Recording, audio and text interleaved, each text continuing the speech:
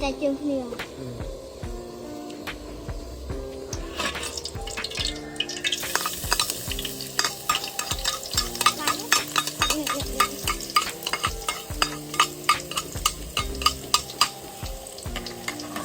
Mama chặt đây. Đã là bột nè. Lọ đã nè. Đã hơi lắm. Bạn bên trên. Đó. Đã ăn bánh đau xoay và. Đã ăn bánh cái bạn đặt trên thấy nè. Anh cái đạm bơi thôi ấy. Cái này đạm bơi lấy tiền. Đã bơi một cái chọp. Đã bơi một chọp đúng không? Đây là bánh chế nha. Dạ rồi nhé. Trụng nó này. Bạn đã đi đây bạn đã bị chơi bay chơi như thế.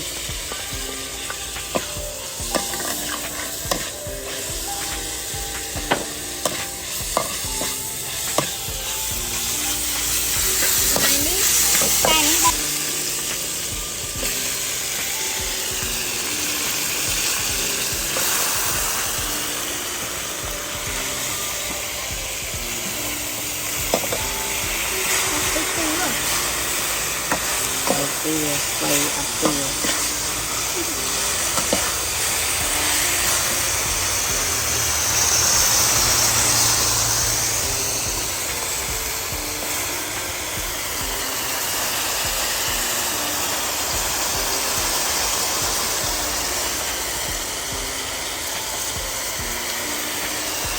Trọc ra đi, trọc ăn. Chấm ăn nghiền. Chết cái này. Mai sẽ mấy chai.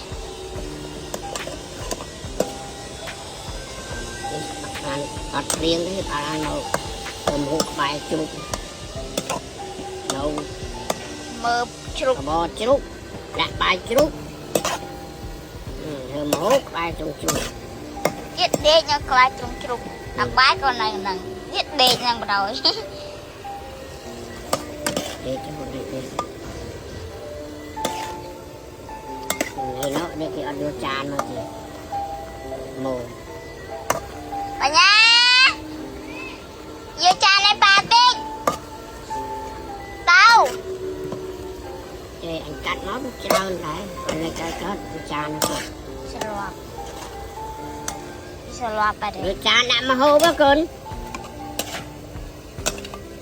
học lại đôi ở cái con ngon nè bà mà nước cái thật là tốt sẽ loạt và lại vẫn còn là tàu lớn sẽ loạt lại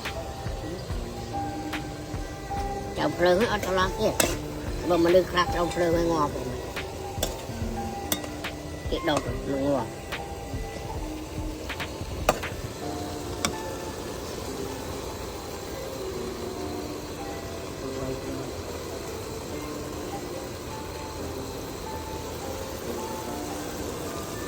anh tụi trên phương tiện anh đặt luôn còn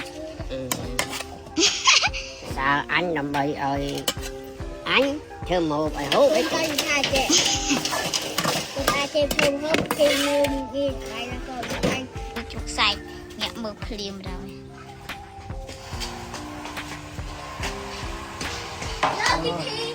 anh con nào cho luộc có cái chú vậy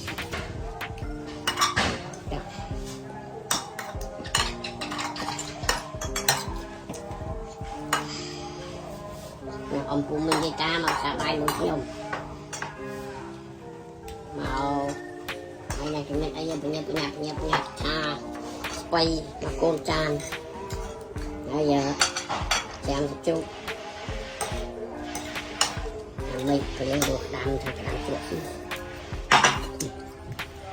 là rồi